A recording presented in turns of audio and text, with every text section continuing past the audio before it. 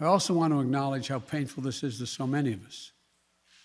The scenes we're seeing in Afghanistan, they're gut-wrenching, particularly for our veterans, our diplomats, humanitarian workers, for anyone who has spent time on the ground working to support the Afghan people, for those who have lost loved ones in Afghanistan, and for Americans who have fought and served in the country, serve our country in Afghanistan. This is deeply, deeply personal. It is for me as well. I've worked on these issues as long as anyone. I've been throughout Afghanistan during this war, while the war was going on, from Kabul to Kandahar to the Kunar Valley.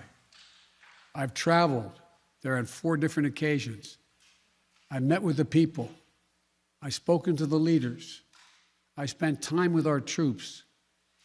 And I came to understand firsthand what was and was not possible in Afghanistan. So now we're focused on what is possible. We will continue to support the Afghan people. We will lead with our diplomacy, our international influence, and our humanitarian aid. We'll continue to push for regional diplomacy and engagement to prevent violence and instability.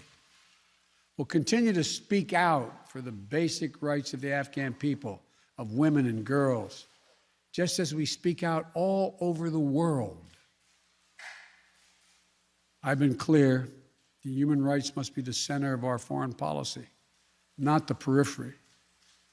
But the way to do it is not through endless military deployments. It's with our diplomacy, our economic tools, and rallying the world to join us. Well, let me lay out the current mission in Afghanistan. I was asked to authorize, and I did, 6,000 U.S. troops to deploy to Afghanistan for the purpose of assisting in the departure of U.S. and allied civilian personnel from Afghanistan, and to evacuate our Afghan allies and vulnerable Afghans to safety outside of Afghanistan. Our troops are working to secure the airfield and to ensure continued operation of both the civilian and military flights.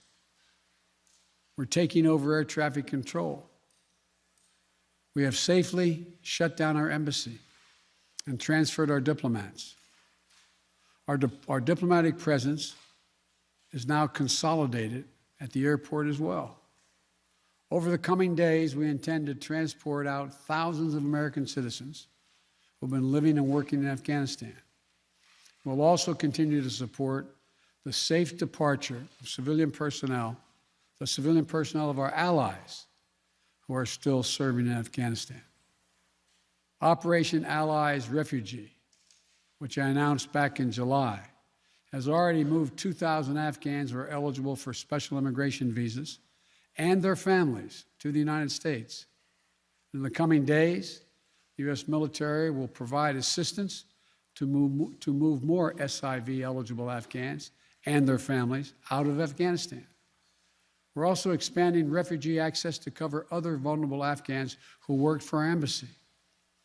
U.S. non-governmental agencies, or U.S. non-governmental organizations, and Afghans who otherwise are at great risk, in U.S. news agencies.